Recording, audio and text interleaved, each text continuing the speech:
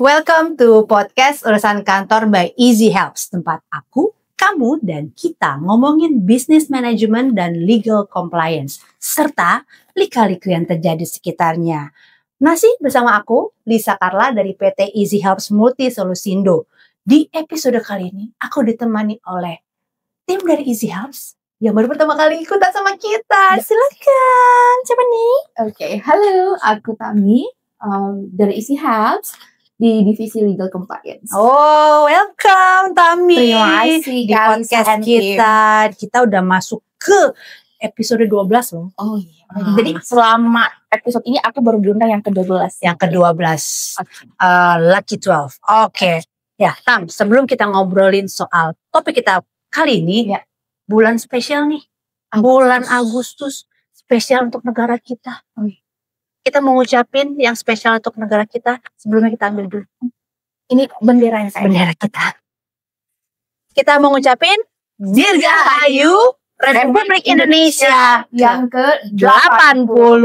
Oh iya, dan tahun ini ada tagline-nya juga. Wah, apa tuh Kak? Aku mau bacain ya. Bacain juga untuk Easy Friends. Sebentar. Dirgahayu Indonesia ke-80, bersatu, berdaulat, rakyat sejahtera, Indonesia maju. Hey, oke. Indonesia harus maju terus ya kan? Harus. Nah, kita lanjut ke topik kita yang kali ini ya, karena kita obrolan santai aja ya Tam ya. Okay. Nah, jadi di tengah-tengah Ini benderanya udah boleh. boleh. Di tengah-tengah ya, kalau biasanya kalau 17-an tuh ya ada acara yang meriah lah kayak lomba-lomba gitu kan, ada makan kerupuk ya kan, tarik tambang, balap karung, panjat siapa? Panjat pinang ya kan. Nah, terus kita juga nyanyi-nyanyi lagu nasional. Ada juga yang gak kalah penting dalam hal kemerdekaan itu. Kemerdekaan secara mental. Oh iya, mental health. Mental health. Betul. Di tengah serangan deadline klien yang tidak berkesudahan. Nah, makanya itu yang jadi episode dari podcast Urusan Kantor kali ini, yaitu klien boleh banyak, tapi hati tetap merdeka. Aku mau buka episode kali ini dengan satu kata. Burn out. Pernah gak sih Easy Friends tuh ya, setiap harinya tuh merasa kayak bangun pagi bukannya fresh, malah hari apa ini? Aku harus menjalani hari ini dengan gimana ya? Atau kalian dapat notifikasi WA, bukannya semangat untuk baca, tapi malah apa ini? Kalau bisa ditaruh aja, dilempar aja handphone. Atau ya kita sebagai mungkin yang bekerja sebagai konsultan yang ngerjain project, biasa tuh dapat info dari klien, tolong yong direvisi sedikit, langsung kita masa anxiety kita muncul. Sepertinya tidak sedikit nih gitu ya. Nah itu sedikit contoh-contoh dari burnout yang biasanya juga mungkin Easy Friends rasain. Nah kalau Tami sendiri, pernah gak sih kamu ngerasa burnout itu? Oke, masalah burnout ya Kak ya. Burnout itu menurut aku jawabannya, kalau ditanya pernah, jawabannya pasti pernah burnout. Karena burnout itu adalah situasi yang lumrah ya, yang kita alamin karena tekanan kita bekerja, deadline yang begitu banyak, terus klien kita kan gak cuma satu ya, dan kita nggak bisa ngomong nih ke klien, maaf ya Pak, Bu, saya nyelesain case yang lain dulu, kan kita nggak bisa kayak gitu, kita harus profesional. Jadi kalau masalah burnout ini, saya rasa semua orang pernah ngalamin ya yang namanya burnout. The thing is, gimana kita mencari solusi, menyelesaikan burnoutnya kita. Jadi burnout itu pasti terjadi, tapi kita juga harus menyiasati gimana cara kita untuk solving burnout ketika kita ngalamin itu. Jadi gak cuma bagian mengeluhnya aja ya. Gak cuma diratapin doang nih lagi, aku gak bisa nih soalnya lagi burnout. Iya, try to find solution. Nah, jadi kita harus tahu bagaimana manage si problemnya itu dan juga bagaimana kita manage kesehatan mental kita juga. Karena itu topik kita kali ini. Ya, apalagi ya kita di situasi sekarang itu ya, dengan pekerjaan yang ya cukup banyak, klien yang kita handle juga cukup banyak. Kita juga gak hanya ngomongin keluhan ya keluhan yang kita hadapin untuk pekerjaan kita, tapi kita juga bisa manage bagaimana kita bisa bekerja dan kehidupan pribadi kita yang lebih balance gitu ya. Nah, aku mau pokoknya kali ini ya kita ngomongin generasi yang sangat produktif ya, bukan generasi saya ya, generasi Gen Z ya. Makanya hari ini aku mengundang Tami untuk berbagi cerita untuk teman-teman Easy Friends di luar sana yang mungkin sedang mengalami burnout atau pernah mengalami burnout atau sedang menuju burnout gitu ya. Tam, boleh dong cerita ke kita-kita ya. Kalau dari Tami sendiri, bagaimana sih tips kamu menghandle work-life balance kamu? Ya, walaupun kamu akan merasakan burnout, tapi how do you cope with that? Oke, work-life balance biasanya kebanyakan orang ya mungkin mendefinisikan work-life balance itu adalah setiap hari kehidupannya harus balance nih, ya kan? Tapi kalau menurut aku namanya kita kerja, kita tuh tidak bisa memprediksi kapan kita akan sibuk padat pekerjaan dan kapan kita bisa spending time kita untuk hal-hal pribadi. Jadi kalau aku ngatur waktunya selama kerjaan di kantor itu bisa selesai di kantor, aku selesai di kantor. Nah, pada saat bener-bener emang padat proyeknya, aku harus memang mau nggak mau harus ngorbanin hal-hal pribadi dulu nih Kak. Misalnya hangout, kita emang harus ngatur waktunya kita. Oke, kayaknya minggu ini aku nggak bisa spending time dengan teman aku deh, karena aku harus nyelesain apa yang menjadi kewajiban aku gitu. Work-life balance itu doesn't mean 8 jam kerja selesai. Nggak bisa. Jadi kita harus, makanya yang pertama tadi aku bilang, kita harus set priority kita yang mana nih untuk selesaiin kerjaan gitu. Kalau aku sih gitu sih Kak. Ya kita nggak mesti pokoknya hidup kita hanya untuk bekerja ya. Kayak tadi kamu bilang ya 8 jam bekerja, kita melupakan hal lainnya. Enggak. Work life balance itu bagaimana kita bisa men-set kerjaan kita dan kehidupan pribadi kita supaya balance, seimbang tuh nggak cuma 88 ya, tapi seimbang menurut takaran kita gitu ya. Jadi jangan lupa untuk istirahat juga, jangan semuanya bekerja atau enggak semuanya bermain gitu ya. Betul. Oke. Iya benar juga sih, kita mesti ada balance-nya ya, nggak cuma kerja ya kan, sama bagi waktu juga untuk teman-teman gitu ya. Nah selain itu ada lagi gak sih tips dari Tami nih, bagaimana kamu menyeimbangkan pekerjaan dan kehidupan kamu? Iya, selain ngatur waktu tadi, aku juga biasanya kalau misalnya lagi padat kerjaan, biasanya kan kita tiap-tiap orang punya teman dekat nih gitu. Dan biasanya kalau teman dekat kita nggak satu kantor, mereka kerja di tempat lain atau bahkan mungkin beda kota. Jadi ya membangun komunikasi lah dengan teman dekat kita, ceritain, aduh aku di kantor lagi padat banget nih, lagi capek banget gitu. Mungkin pada waktu itu dia lagi kosong waktunya, jadi bisa nge-boost energinya kita dengan sharing ke teman dekatnya kita itu tadi.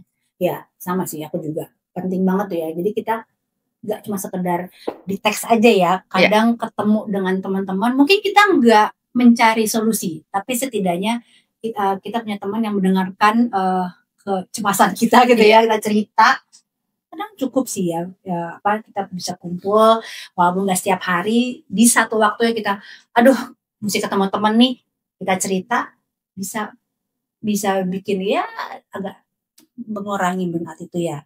Betul, mengalami juga sih kita, sama lah ya. Oh iya, walaupun beda generasi tetap burnout juga ya Kak.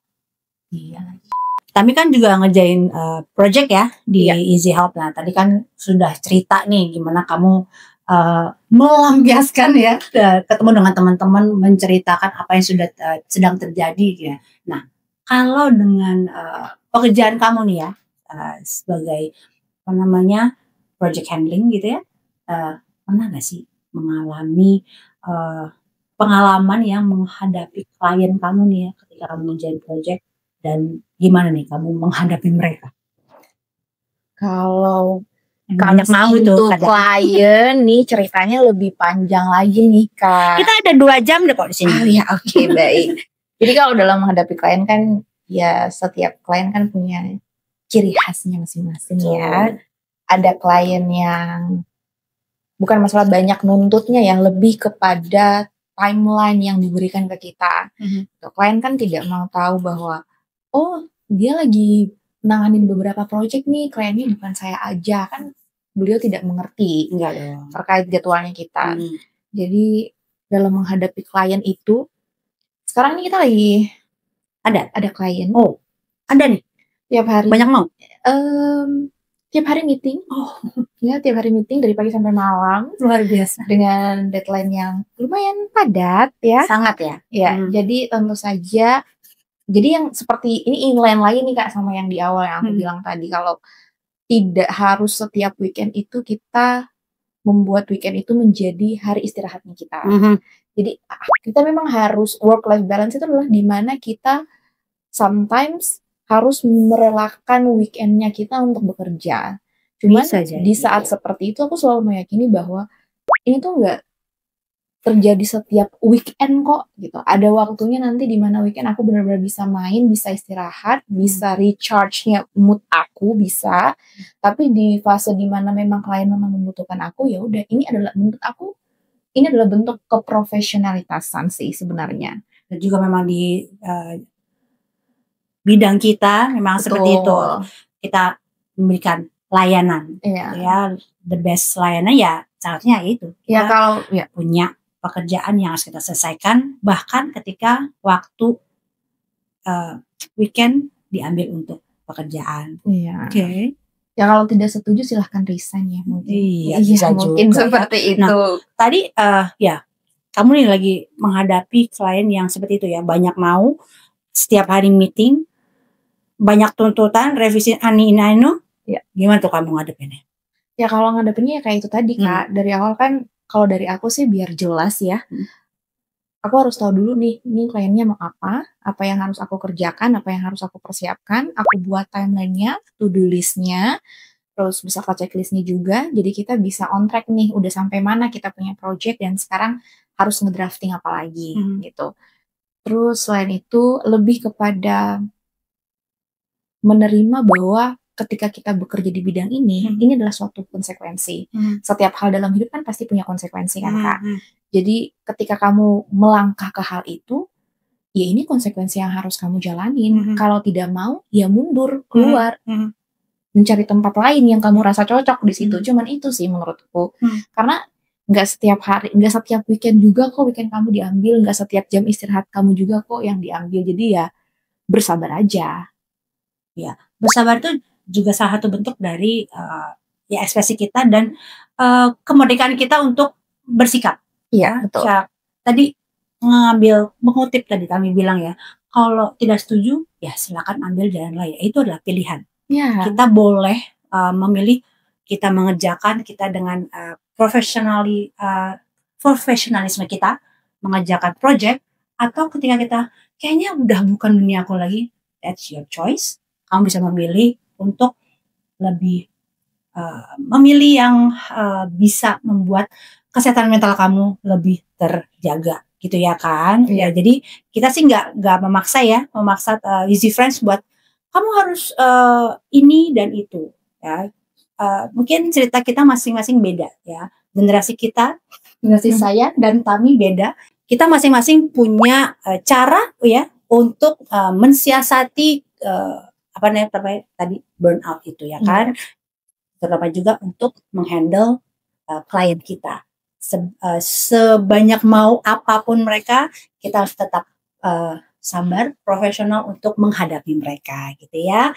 Ya makanya udah cukup banyak yang udah ceritain sama Tami ya. Jadi kita harus tetap hati kita harus tetap merdeka walaupun kita mengerjakan pekerjaan yang banyak klien yang banyak maunya. Nah tapi dari Tami sendiri ada yang mau kamu tambahin gak sih untuk Easy Friends? Oke, untuk tambahannya buat teman-teman nih, ini yang biasa aku lakuin sih Kak, mana tahu ada yang setelah mendengar podcast ini merasa, oh sepertinya mungkin aku bisa melakukan itu untuk mengatasi burnout nih. Jadi dalam fase istirahat, menurut aku istirahat itu bukan berarti lepas tanggung jawab, tetapi itu the moment dimana kita untuk evaluate pada saat kita ngerasa burnout tuh. kan pada saat kita merasa burnout kita nggak bisa mikir apa-apa tuh Kak, pokoknya bawaannya mumet aja, aku nggak bisa nih, I cannot do this gitu, udah aku udah nggak bisa gitu.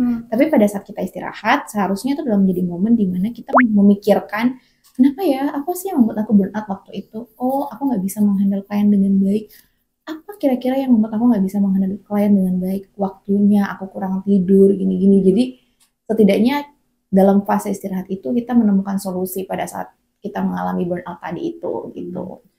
Jadi gak cuma sekedar lepas semuanya, tapi evaluasi. Betul. Ada waktu untuk evaluasi supaya kita juga tidak hanya tenggelam sama si burnout, tapi kita juga bisa menyadari, oh kita harus berbuat ini ya nextnya. Gitu. Jadi kita juga tetap maju juga, nggak cuma yang menang kan burnout gitu ya kan? Kan yang memberikan kita. Betul, gitu. Bukan burnoutnya. Bukan burnoutnya. Jadi apapun pasti ada tantangannya, tapi kita harus punya batasan, kita punya solusinya untuk menghadapi semua tantangan itu. Oke, nah, wah, emang hari-hari gini banyak banget sih. Kita nggak mungkin ya pekerjaan kita cuma satu, terus abis itu besoknya kita bisa liburan, enggak. Hari gini pasti semua akan hektik dengan pekerjaan kita, tapi bagaimana kita bisa menghandle itu supaya hati kita tetap tenang ya kan, kita tetap bisa tadi work-life balance kita juga masih tercapai gitu ya. Nah, semoga tipsnya dari Tami nih ya bisa juga jadi bisa dipakai juga nih sama Easy Friends. Siapa tahu mereka lagi apa yang harus aku lakukan, terus tonton podcast kita jadi tahu harus ngapain kalau burnout. Gitu ya. Nah, kalau kamu juga punya tips juga ya, Easy Friends kalau punya tips boleh banget. Nanti bisa komen di podcast kita, di YouTube kita, ataupun juga bisa DM juga nih ke sosial media kita. Aku juga punya tips nih kalau handle burnout nih kalau lagi kerja, boleh banget. Atau kalau Easy Friends punya topik-topik menarik lainnya yang bisa kita bahas di podcast urusan kantor, boleh banget komen ke kita. Karena selain di YouTube, bisa komen di YouTube, bisa juga komen di sosial media kita. Kita punya sosial media kita di Instagram. Apa Instagram kita? Instagram kita easyhelps.id. Dan juga tadi kita punya YouTube dan website juga. Website kita apa? easyhelps.co.id. Nah, bisa banget kamu kunjungin website kita, tonton kita di YouTube, dan juga pantengin juga Instagram kita. Oke, terima kasih ya Tami untuk waktunya, untuk tips-tipsnya yang berguna banget pastinya sama buat kita semua. Nggak cuma untuk Gen Z, tapi juga buat Gen milenial seperti aku. Oke, kalau kalian punya cerita boleh banget ya share-share ke kita. Oke, jangan lupa subscribe juga ke channel kita ini, podcast kita di YouTube kita, dan tunggu episode menarik lainnya di podcast urusan kantor. Dan sekali lagi kita mau ngucapin Dirgahayu Republik Indonesia ke-80 Merdeka! Yeay!